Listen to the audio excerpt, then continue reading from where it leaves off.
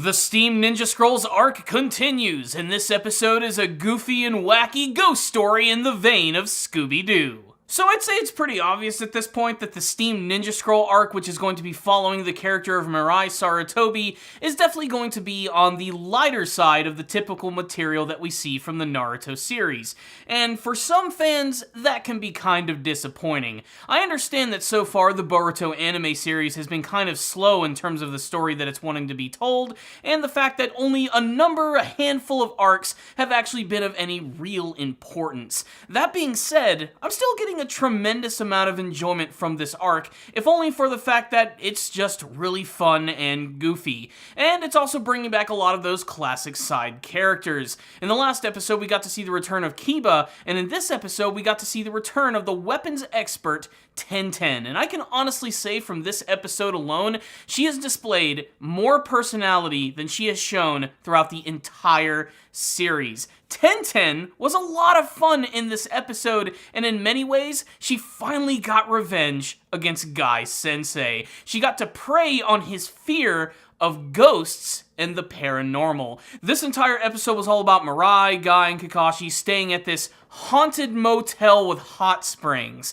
And Tenten has also decided to insert herself into this episode, mostly as an excuse to bring in another character, but also because she was actually there to bring Mirai all of her stuff. If you remember from the previous episode, she didn't realize that this was going to be a big 20-day excursion, so she was pretty much low on clothes. And Tenten being here was honestly, I think, the true highlight of the episode, because like I said, she's just a lot of fun. Remember, she was a student of Guy Sensei, and you could tell throughout most of the original part of the series that even though she was very grateful to actually have some really cool companions and a sensei who could teach her the way of being a ninja, she was really annoyed by Guy all the time for his ridiculous over-the-top high energy, his way of training, and the fact that basically he does not have an off switch. So getting to see her now as an adult and sort of messing with Guy the entire time is, I have to admit, kind of cathartic. And most of this episode is kind of like a big mystery story. Apparently this is a haunted hotel where a lot of people who go there claim to have seen this armored samurai ghost. Of course, that ends up not being the case until some sort of weird joke at the end where apparently there wasn't really a ghost, but it ends up being sort of a mystery to see, like, is there a ghost or not? Mirai and Tenten working together to try and discover the secrets by talking to the employees and investigating, and it's just goofy. Honestly, I just don't have that much to say about this episode, as honestly, it's kind of your run-of-the-mill whodunit ghost story. That being said, there are a lot of elements about this episode that I really loved, in particular the characterization of Mirai.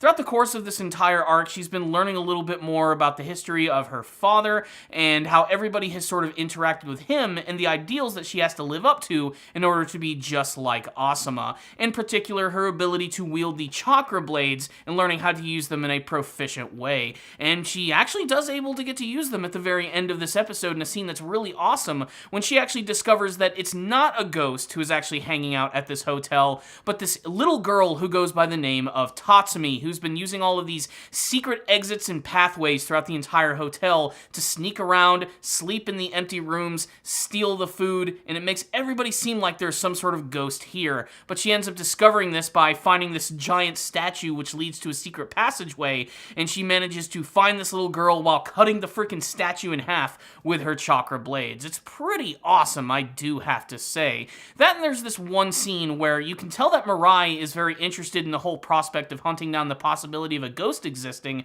because if ghosts really did exist in her mind, she would have been visited by her father Asuma at some point, and considering that she's never seen him before, that gives her a lot of doubts as to the existence of ghosts. This is a really hard-hitting scene, and again reminds you that this is a girl who grew up without her father, yet she constantly has to live with the fact that everyone she interacts with knew Asuma personally. It adds a little bit of weight to this episode, which is otherwise just a goofy ghost episode. I think one of the other big highlights of the episode is just watching Guy react to everything in a giant, ridiculous, over-the-top, and childish manner.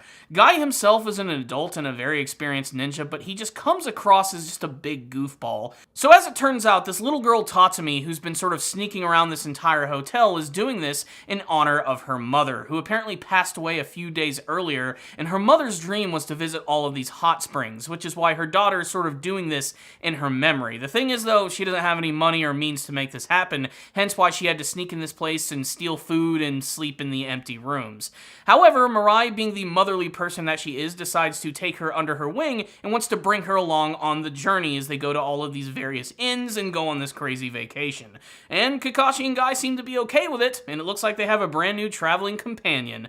And the episode ends with the prospect that there truly is a ghost, a real armored samurai who is going around freaking people out, and it has suddenly reappeared because Mirai took away all of these like anti-ghost tags which were put on the wall because she thought she was cleaning up. And again, I feel like I've seen this story like a million times in tons of other movies and cartoons and everything, so it really wasn't all that surprising. But again, it's worth it just to see Tenten mess with Guy and look at him as he's probably shitting his pants with fear. So what's the rundown on this episode of Boruto Naruto Next Generations? If you didn't like the previous episodes with Mirai, you're probably not going to like this episode right here.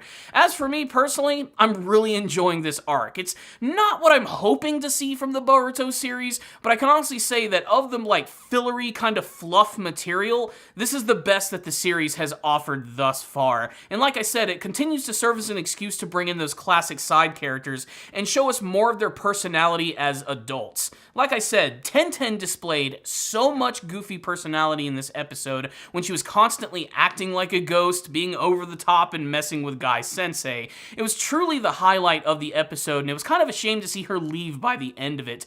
The preview for the next episode indicates that Choji is going to be returning in the next episode, which is, again, very appropriate, as Choji will have a strong connection with Mirai, considering that Asuma was his original sensei. I'm glad that they're strategically bringing in all of these characters, which seem to have a sort of a connection to people that Mirai has a connection with. Again, it also just shows that everybody in Konoha Village, in particular the ninja from the original series, all have a really close relationship with one another, and it's because of that relationship that Mirai is beginning to have a better understanding of her father and who her father really was. At the end of the day, this was just kind of a goofy ghost episode, however, and it also featured some classic elements like Kakashi and Guy having their rivalry where they always do something that's some sort of a competition with one another, which is not necessarily a ninja fight. Here they play a pretty rousing game of ping pong, which of course ends in a draw in a pretty funny fashion. But for the most part, this was just kind of a ghost mystery episode, which actually had this like weird sort of Halloween vibe to it, which I really did like. It's the type of episode that you'll definitely want to watch